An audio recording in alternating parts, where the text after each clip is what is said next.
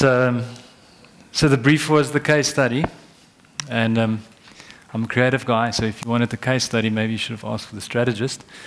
So I did something different, but there's a bit of a case study as well. I thought I'll take the opportunity, and then I'm still reeling a little bit from Andy's chat. I said I'm going to slit my wrist in the bathroom earlier. But I think what he said was quite true.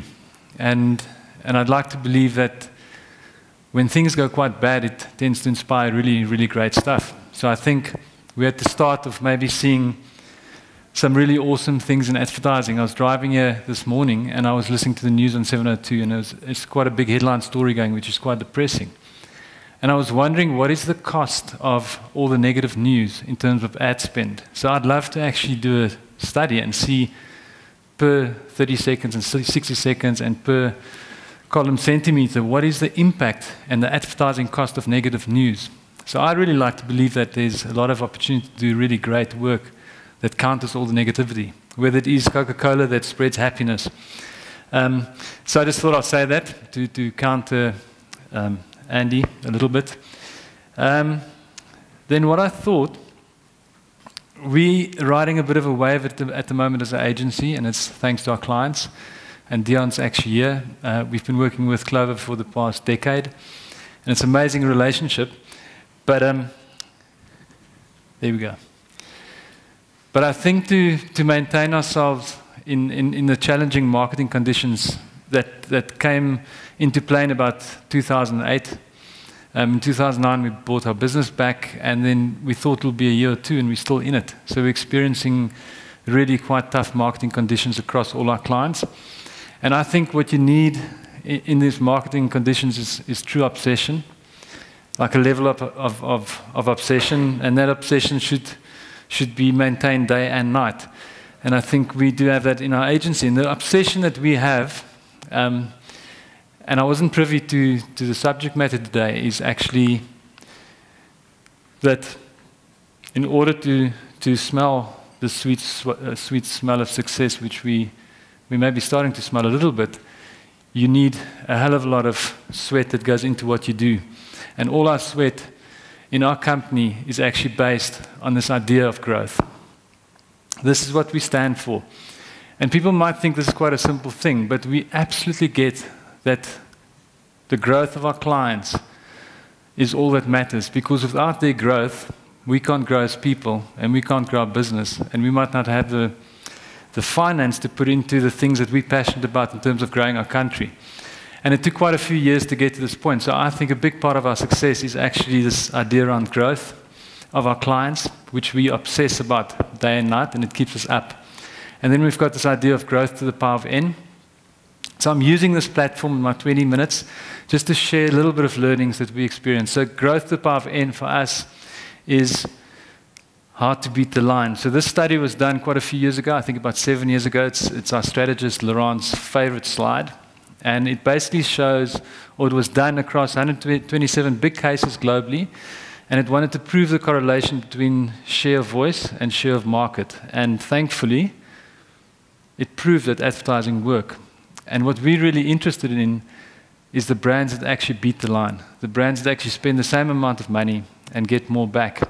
So that is our obsession, and we call that beating the line. So I want to take the opportunity to share 3 insights that we learned through the past 4 or 5 years in business of how to beat the line during a recession, during these tough times. So, as I said earlier, greatness is born from very bad situations. So this is one of my forefathers. He's called H.F. Verwoerd. And the man on the right is one of Kolissa's forefathers, or his actual one of his forefathers, Nelson Mandela, but the one would not exist without the other. And I find that very insightful in what we do. And that does not make the one good and the other one bad. It is just the way the world operates. So once you get to see the world like that, you see the potential that growth is actually exponential. So once you start seeing tough marketing conditions as an opportunity, it's amazing what opens up for you. So there's 3 concepts that was born out of the recession. And this one we are extremely passionate about. And it's this idea about being. What is at the core of a brand? What is truly at the core of a brand? And I was interested to hear the youth sitting here, and you get most of the truth. The younger people, the more truth you get out of them. And the amount of times that care came up was amazing. I was sitting there counting it. They keep on replaying the word care. And I think consumers are looking for brands that actually care. It's not just trying to sell. So this was, Fast Company said, humanity is experiencing an evolution in consciousness. It's an idealism driven by technology. Can Trend last year said, from purposeful advertising being a great to have to becoming a mandate for great work that works. And it's quite clear that people are not buying things so much as buying into things. So we need to stop doing ads and stop being first. So the case study I'm going to show you very briefly just now, I don't think completely deliver on where we're aiming as an agency. So I'm quite surprised when we get the accolades like last night or the recognition suddenly, and I really don't even think we've started to do what we dream of doing. So the driver behind everything to us is purpose. So each brand, we believe as a business, has a purpose, and we seek to find what that purpose is and then exposing that to the customer. And the only example I could think of was Toyota. And I'm assuming this, I'm back rationalizing it, but if I look at Toyota and the original positioning line, everything keeps going right, then I have to believe that the brand stands for reliability. So somewhere there was a founder that started this brand and had a passion and obsession for creating a brand that adds value to the person that buys the brand, to create a brand that doesn't break down. And even when the brand changed its positioning to lead the way, it would have been quite amazing if they still tapped into that reliability, because it's very possible to change your positioning, but you can still keep your purpose. So there might be opportunity to really tap into that, because I think that's what people buy. They don't buy the payoff line, they don't buy the clever headlines, they actually buy the purpose behind the brand. So we believe that purpose beats the line. The second thing, and this was quite strange coming from a creative person, because sometimes, because I'm also an entrepreneur, I'm so close to business, I forget what it is what we do. So the second point is be creative. And it's astounding, because a 30-second commercial can cost you 100,000 Rand. Or a 96-sheet billboard site, so not always 140,000 Rand, but there's one we're buying now at the airport, it's 140,000 Rand a month. Full-page Sunday Times, 500,000 Rand. It's an unbelievable amount of money. It's quite obscene. But the value of that cost can exponentially be increased if the idea within it is a really, really big idea, an idea that taps into insight. And I know we all know it, but we don't often do it enough. And I'm sometimes quite surprised when I even see within our organization how little we do of it, and how hard it is to do more of it. And this is what we're driving towards, which is why I believe we haven't even started. Because the most valuable media space is the space between the consumer's ears. And once you occupy that, it's invaluable. And I saw it now again, that space Nike occupies in the future of Dalderek's brand. So Albert Einstein said, if at first an idea is not absurd, then there will be no hope for it at all. So I'm saying let's be absurd. And again, I don't think as an agency we've been absurd at all. Maybe at small levels, not as big as we'd like to be. For the right reasons, for the sake of growing our clients' brands, because absurdity beats the line. And then the third point is be ruthlessly consistent.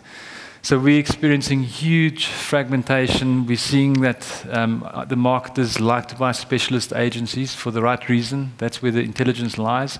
But the brands inevitably fragment even with the best intention. The different agencies aren't capable with even the best intentions to pull together and do what's best for the brand. And inevitably the consumer doesn't know what's going on behind the scenes, and then the brand's all over the place. So we believe wherever we can to drive for consistency. We tend to get tired of consistency too quickly.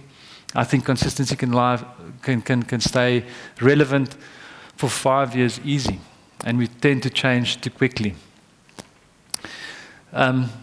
They say 60% of facts are made up on the spot. So I sucked this one out of my thumb when I did the presentation last night. So I just got the sense that communication channels have just increased by 500-fold, whatever it is. I'm so glad I put all this in, because my case study is 10 minutes. Because consistency beat the line. So the CLOVER case study, to me, I'm very, very passionate about this case study. It was born out of a challenge in the recession when Clover saw massive decline in market share. So at their volume, a 5% market share decline is huge. And we saw this in 2008, 2009. And clearly what was happening was that consumers were seeing milk as just being milk. So they weren't prepared anymore to pay that price premium that Clover demands because it's a quality product. So basically the first point is to go and investigate and see what is the purpose of the brand. I don't believe this is the true purpose of the brand. I think there's a deeper purpose to the Clover brand, and it'll be fascinating to investigate that going forward.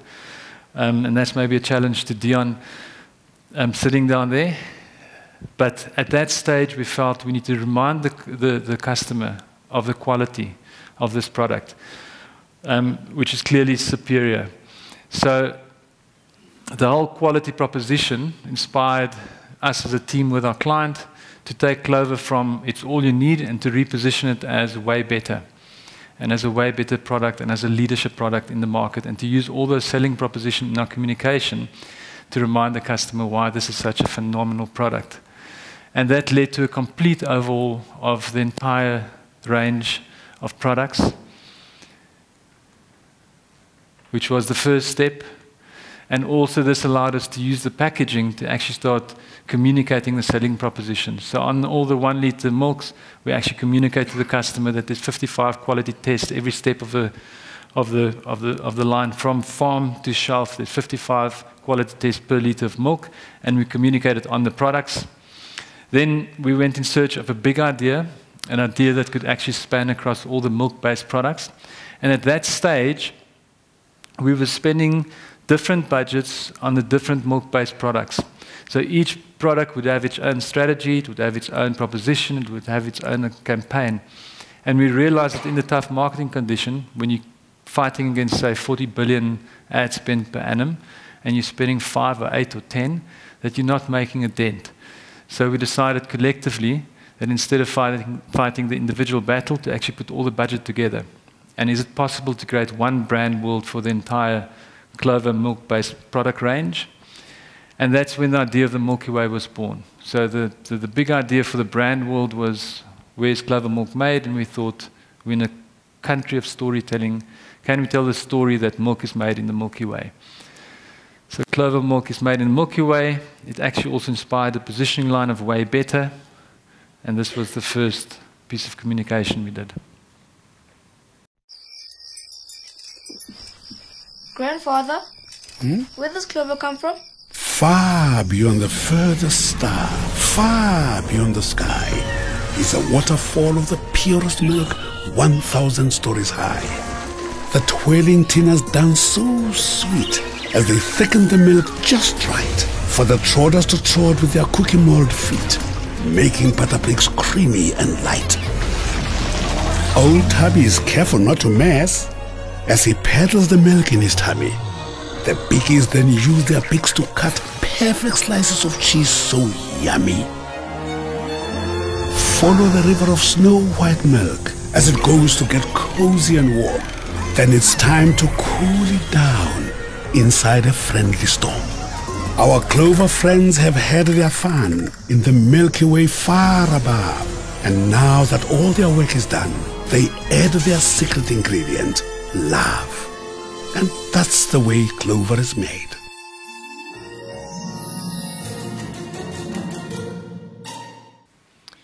And this campaign is going into its 4th year next year. And since then, we've applied ruthless consistency.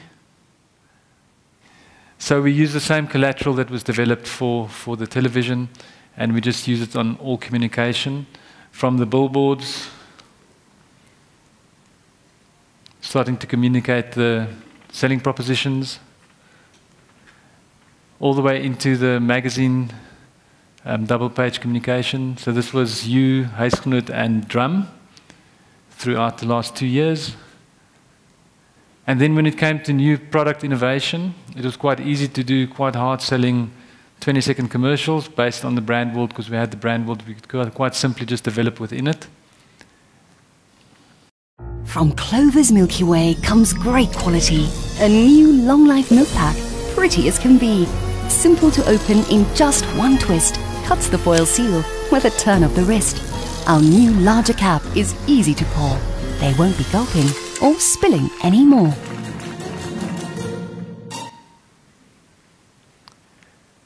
And then the print communication, and then just interesting. So one would think it will get tired quite quickly, but when Clover launched the extended shelf life, the insight here is actually that whenever you drink milk, you sniff it. So we created the character Mr. Nose to communicate that selling proposition. So this is our Mr. Nose. Meet Mr. Nose, whose sniff is an art. Long-lasting fresh milk is close to his heart. Mr. Nose knows to make Clover last. We purify our milk by spinning it fast. Wait, there's more. We chill it too. Below 4 degrees, too cold for me and you. Lastly, it's packed in our special filling machine to ensure Clover's milk is sparkly and clean. Fresh milk that lasts longer. Now do you see? That's what makes noses happy. Clover, way better. So even in the digital space, with the help of glue, the way better.co.za, thank you. That was like a, the waybetter.co.za is an amazing site just to go and check out. So it was built by Glue, and also just use that platform to launch new products, to engage with the consumer, with young kids. And then just lastly, I'm going to show a little direct mailer that went via email to people to get people to sign up to the website.